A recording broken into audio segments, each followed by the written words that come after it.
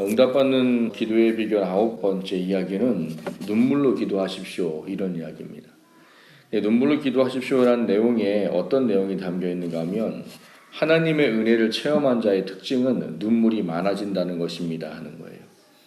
그러니까 우리가 기도를 하는데 눈물을 흘려 기도하는 게 원통하고 분통하고 답답해서 눈물을 흘려 기도하라는 게 아니라 이 하나님의 은혜를 체험을 많이 하게 되면 그 사람은 늘 하나님 앞에 눈물을 흘려 기도할 수 있다라는 겁니다. 그리고 그 눈물을 흘려 기도할 때 하나님께서 그 마음에 그 어떠한 은혜를 아시고 그 사람의 그 기도 가운데 함께 하시겠다, 그런 이야기가 오늘 우리가 살펴보려고 하는 중요한 이야기인 겁니다. 오늘 우리는 이 시편 34편에 이 절체절명의 위기 가운데 살아계신 하나님을 경험한 이 다윗이 고백하는 이 시편의 내용을 통해서 왜 눈물을 흘려 기도하는 것이 응답받는 기도가 될까? 그리고 어떤 상태가 될 때 과연 눈물을 흘려 기도할까? 그 중요성들이 다시 한번 돌아봐지게 되기를 주님의 이름으로 축원합니다. 첫 번째 함께 나누려고 하는 것은 눈물의 기도는 은혜를 알 때 주어집니다, 이런 이야기를 좀 살펴보려고 합니다. 오늘 이 시편에 부제가 붙어 있습니다. 부제가 뭐라고 되어 있는가 하면 다윗이 아비멜렉 앞에서 미친 채 하다가 쫓겨나서 지은 시, 이렇게 되어져 있습니다.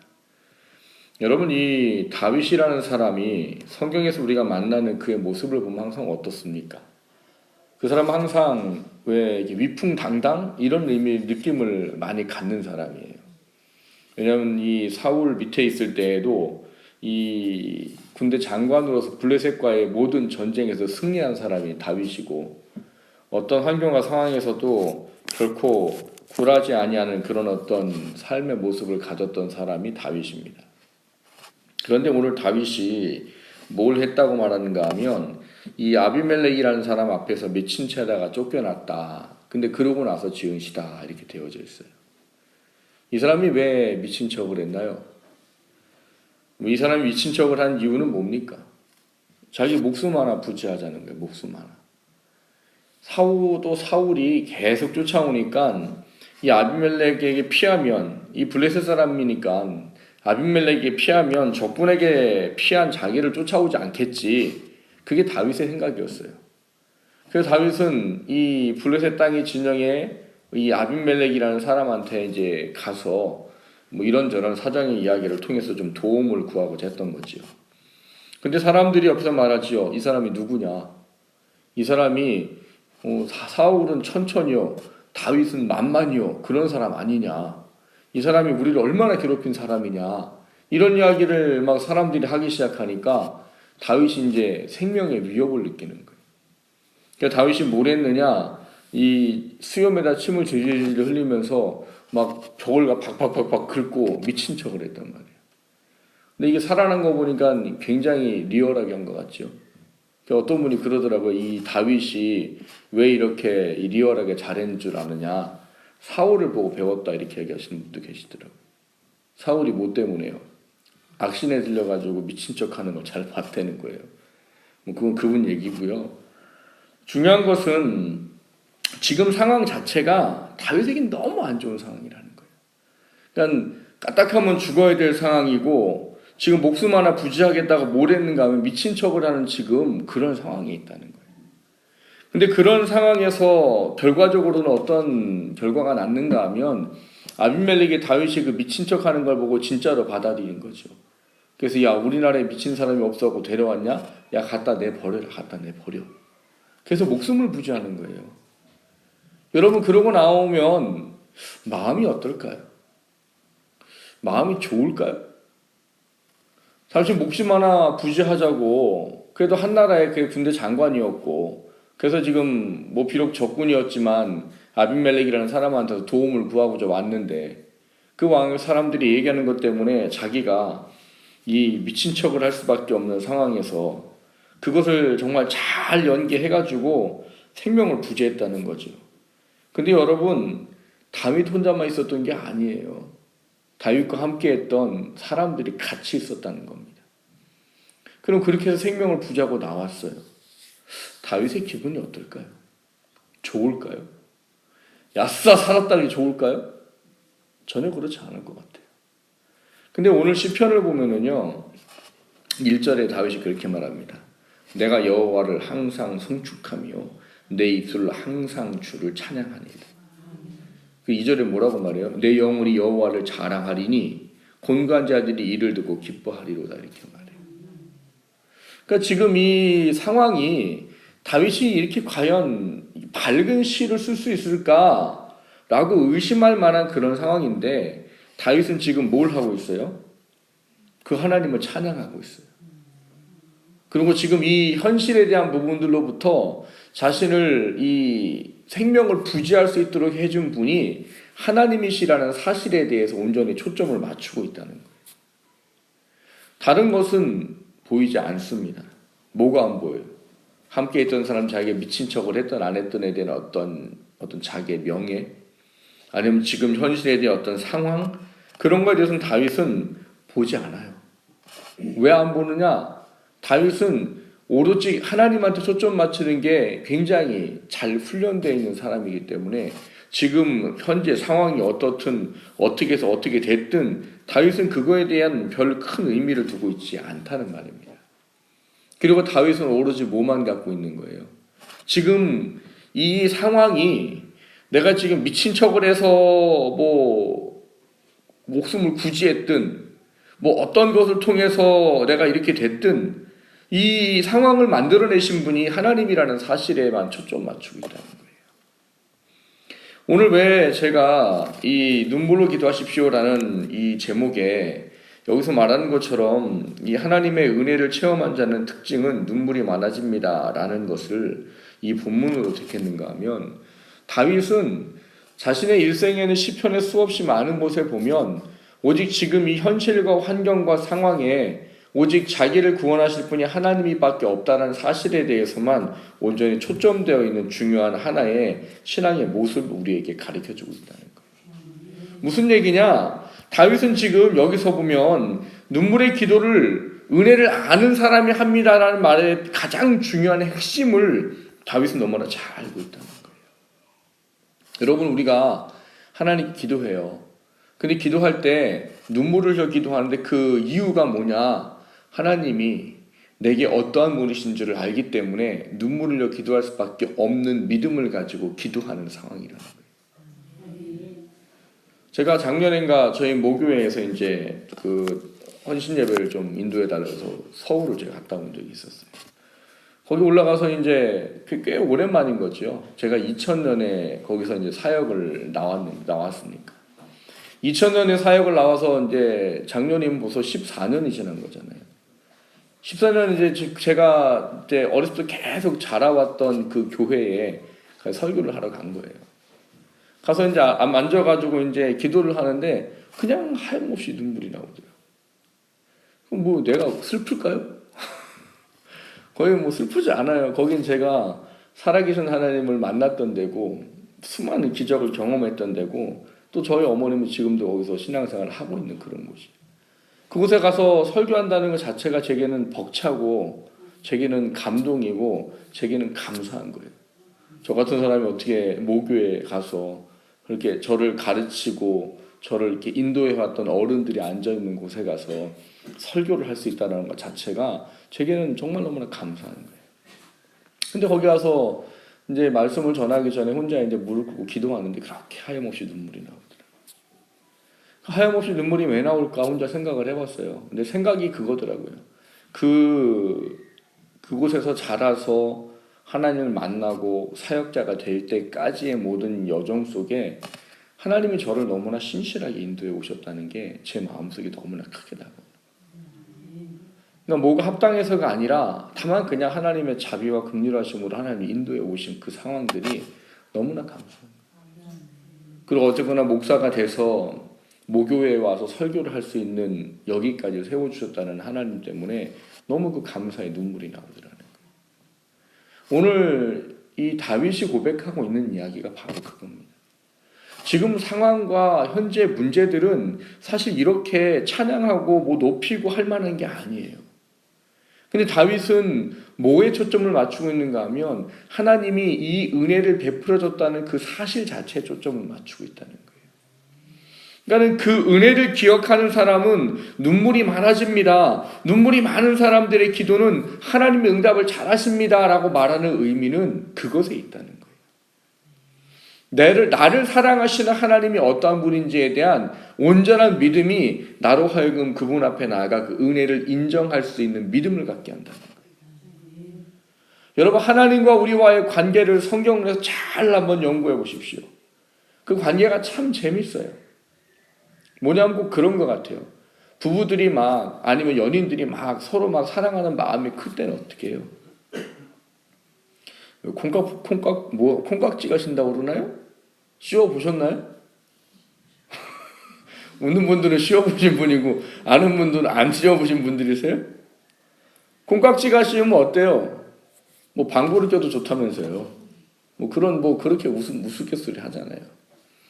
그렇게 좋을 때는요, 이런 관계가 있어요. 무엇인가 나한테 작은 걸 해주면 여긴 또 뭔가를 또 해줍니다. 그럼 또 뭐예요? 여기는 또 뭔가 해줍니다. 계속 이 관계가 계속 왔다 갔다 해서 뭐가 돼요? 서로 이 사랑하는 마음이 더 커지게 말해요. 성경에서 하나님이 원하는 하나님과 자녀와의 관계가 그겁니다. 여러분, 하나님의 자녀인 택함받은 구원받은 우리들이 하나님께 헌신하고 하나님 말씀에 순종을 왜 하나요? 그분의 은혜와 사랑이 너무 감사하기 때문이에요.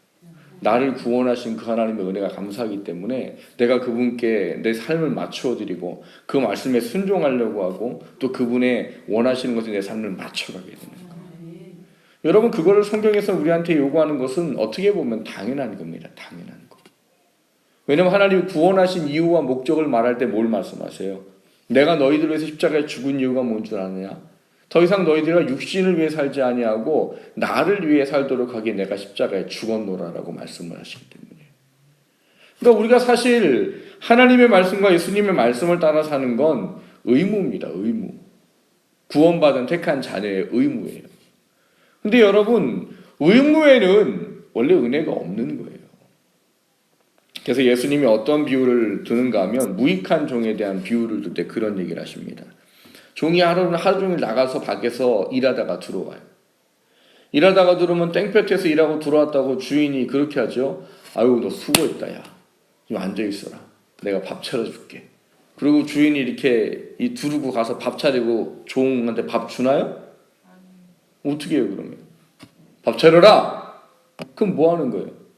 땡볕에 나가서 일하다가 들어와도 자기는 신분이 하인이기 때문에 주인이 원하는 걸 해야 되는 거예요. 그럼 들어와서 뭐예요? 음식을 준비하고 밥을 잘 준비해갖고 주인한테 잘 대접을 하는 거죠. 그럼 주인 다 먹고 그리고 이제 나오면 치우면서 이제 종은 먹게 되겠죠. 예수님께서 우리 인생의 삶을 무익한 종, 구원받은 자가 하나님 앞에 무익한 종으로 살아야 될 것을 비유로 들어준 말씀이에요. 그러니까 뭐냐 하면 하인은 그게 그냥 당연한 거예요. 종이기 때문에. 밖에 나가서 일하다가 들어와서 밥을 해야 되는 건 당연한 거란 말이에요. 그거 했다고 주인이 그렇게 말합니까? 아유, 고맙다, 야. 너무너무 고맙다. 밖에서 이렇게 힘들었을 텐데 들어와서 밥 해주니 너무너무 고맙다. 그렇게 말할까요? 말 안 해요. 왜? 걔는 종이고 하인이니까. 난 주인이니까. 그게 의무에 대한 문제입니다. 의무.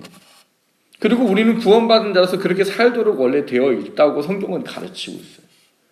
근데 신기한 건 뭐냐 하면 하나님은 우리가 당연히 해야 되고 마땅히 해야 되는 그 일을 하는데 하나님은 거기다 은혜를 주신단 말이에요. 당연한 거를 하는데 하나님은 거기다가 복을 주신다고 하신다는 거예요. 너가 내 말을 잘 순종하는구나. 그럼 나는 너에게 은혜를 줘야지. 나는 관계가 되어진다는 거예요. 마땅하고 당연한 걸 하는데 하나님은 뭘 주시느냐? 은혜를 주시기를 원하세요. 그리고 그 은혜를 주시면 사람들은 또 어떻게 될까요? 하나님 감사합니다. 감사하는 마음이 크면 또 뭘 하겠어요? 또 하나님 앞에 더 나아가겠지요.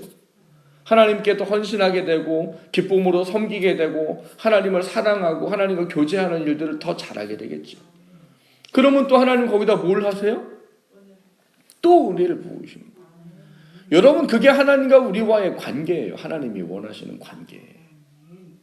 당연한 걸 해도 하나님은 은혜를 부으시고 그 속에 그 일이 계속 반복되어지는, 그래서 하나님과 우리와의 관계가 견고해지고 더 사랑의 관계가 되기를 원하시는 게 하나님의 뜻이란 말이에요. 그래서 중요한 건 우리가 먼저 그의 나라와 그의 의를 구하면 하나님은 더하시겠다라고 말씀하시는 이야기가 거짓이 아니란 말이에요. 정말 그렇게 하신단 말이에요. 오늘 여기서 말하고 있는 이야기가 바로 그거예요. 우리가 하나님의 은혜를 기억할 때 우리는 뭘 할 수 있느냐? 그 은혜를 주시는 하나님을 인정하기 때문에 눈물로 그분 앞에 나아가 기도할 수 있다는 거예요. 하나님은 이런 분이시라는 것을 나는 너무나 잘 압니다라는 거예요. 다윗이 지금 현실의 상황에 대한 문제들을 보면 다윗은 이렇게 노래할 필요가 없고 이러할 수가 없어요. 지금 상황이 어떤데요? 목숨 하나 구제해보겠다고 다른 나라 왕한테 가서 자신의 처지를 설명했더니 죽을 위기에 처해가지고 미친 척하고 얼마나 리얼하게 했든지 자기를 정말 미친 줄 알고 내쫓을 정도로 그렇게 비굴한 모습을 보이고서 지금 목숨을 구했단 말이에요.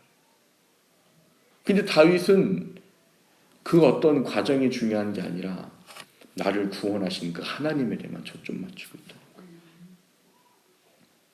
그렇기 때문에 다윗은 늘 뭘 하느냐? 늘 그 은혜의 하나님 앞으로 나아가는 거예요. 하나님 우리에게 말씀하시는 기도는 결국 그런 겁니다. 눈물의 기도라는 것은 다른 것이 아니에요.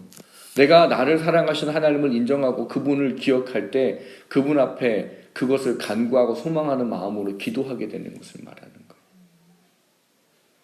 거기에는 하나님이 우리에게 중요하게 깨닫기를 원하는 것이 또 한 가지가 있습니다. 그것은 무엇인가 하면 그 자리에 나아가는 그 과정 속에 하나님의 은혜를 기억하기 위해 나 자신을 돌아보는 것에 있다는 사실이에요. 여러분, 나 자신이 어떤지를 돌아보고 기억하지 못하면 은혜의 하나님을 만나기가 어렵습니다. 그러니까 나 자신이 어떤 처지에 있고 어떤 상황이고 어떤 사람인지에 대한 인지가 안 되면 내가 은혜의 하나님이라는 그 하나님을 만나도 그게 은혜로 여겨지지 않는다는 말이에요. 여러분, 당연하다고 생각하는 것에는 뭐가 없을까요? 감사가 없습니다. 당연하다고 생각하는 감사가 없어요. 여러분 아이들 키우면서 그거 잘 느끼시잖아요. 아이들이 뭘 우리한테 요구할 때 아유 감사합니다 부모님 이러면서 뭐 해요? 물론 그런 아이도 있을 수 있습니다만 그건 극히 드물 거예요. 뭐 저희 애들만 해도 그래요. 저희 애들만 해도. 자기네들이 뭘 잘못해내고 얻어 터져도 그 다음 와서 구하는 게 떳떳하단 말이에요. 조금 전까지 뭐 잘못해서 얻어 터졌어요. 그럼 우리가 생각해는 좀 자중했으면 좋겠구만. 5분을 안 가요. 5분 안 가고 와서 뭐예요? 배고프다고 밥 달라고 하고 뭐 맛있는 거 달라고 하고 뭐 이래요 애들이. 근데 그러면서 그 아이들이 이 자신이 잘못한 것 그리고 그걸 인정하고 부모님이 뭘 해주는 걸 고마워하고 감사해야 합니까? 그러면 이미 애들이 아닌 거예요. 애들은 그냥 당연한 거예요. 당연한 거. 당연한 것에는 뭐가 없는가 하면 여러분 감사가 없습니다. 그리고 당연한 거에는 뭐가 없는가 하면 은혜라는 것을 기억하지 못한다는 사실이에요. 다윗이 오늘 이 절체절명의 상황에서 왜 지금 이렇게 하나님께 감사합니다, 송축합니다, 자랑합니다, 그 이름을 높입니다 라고 왜 할 수 있느냐? 지금 자기를 알고 하나님의 은혜를 알기 때문에 이게 가능하다는 말이에요.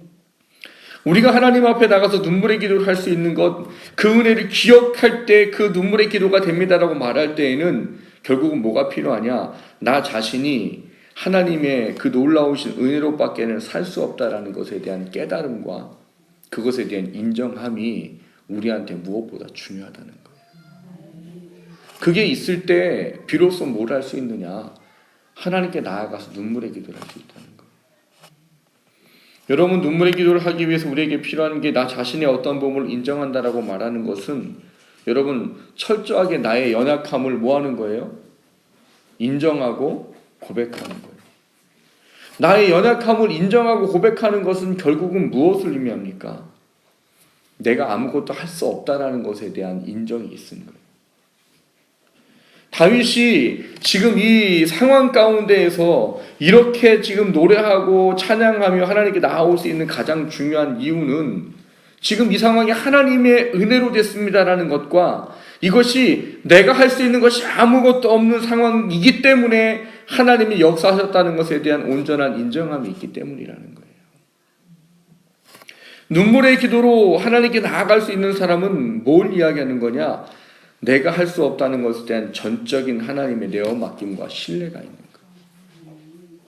그게 없이는 눈물의 기도를 할 수가 없습니다. 여러분, 내가 뭔가 할 수 있다라고 생각하는 사람은 눈물을 흘려 하나님 찾지 않아요. 아니, 내가 하면 되지라고 생각하는 사람은 결코 눈물을 흘려 하나님을 찾고 그 하나님을 인정하고 그 하나님께 나아가는 것을 하지 않는다는 말이에요. 왜 나 자신이 어떤지를 기억하는 게 필요하고 중요하다고 말하느냐? 내가 얼마나 연약하고 내가 얼마나 능력이 없고 내가 하나님 없이는 살 수 없다라는 것이 전적으로 인정이 돼야 비로소 눈물을 흘려 나아가 기도할 수 있기 때문인 거예요. 하나님은 그 기도를 원하는 거예요. 여러분, 성경에서 하나님이 우리에게 원하는 것 중에 이 교만이라는 것을 버려라라는 이야기를 하십니다. 교만.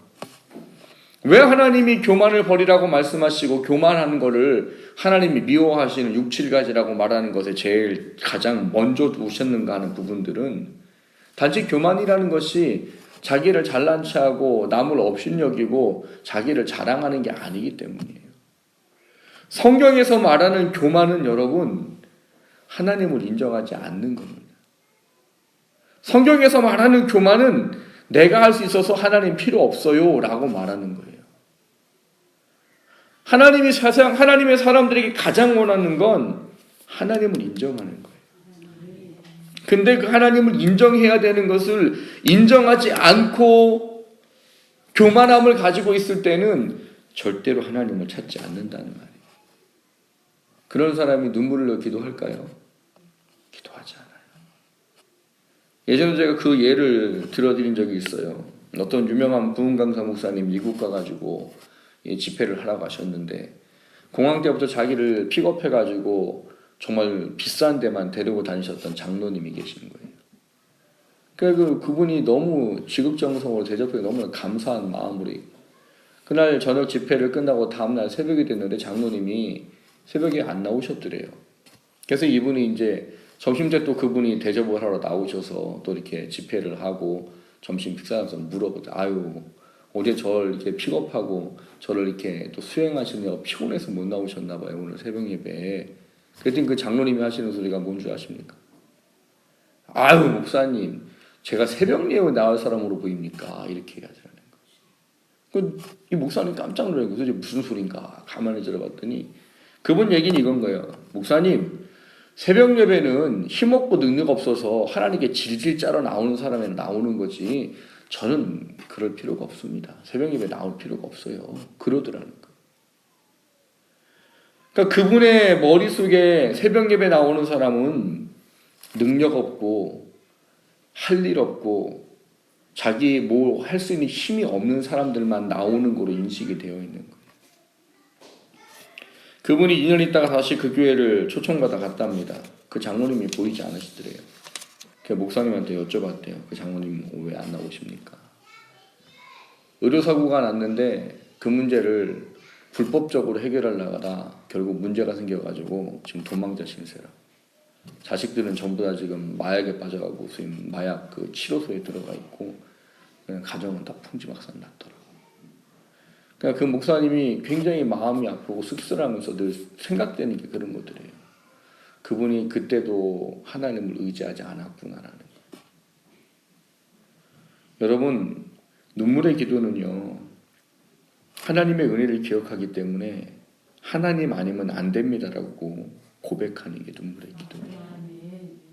설사 해결할 것이 있다 하더라도 우리는 하나님의 은혜 없이는 안 된다라고 그분 앞에 나가서 눈물을 기도하는 게 응답받는 비결이라는 이야기예요. 여러분, 세상 살면서 우리는 수없이 많은 것 안에 우리를 도울 수 있을 만한 걸 찾을 수 있습니다. 근데 하나님은 우리한테 그걸 보기 원하시는 거예요.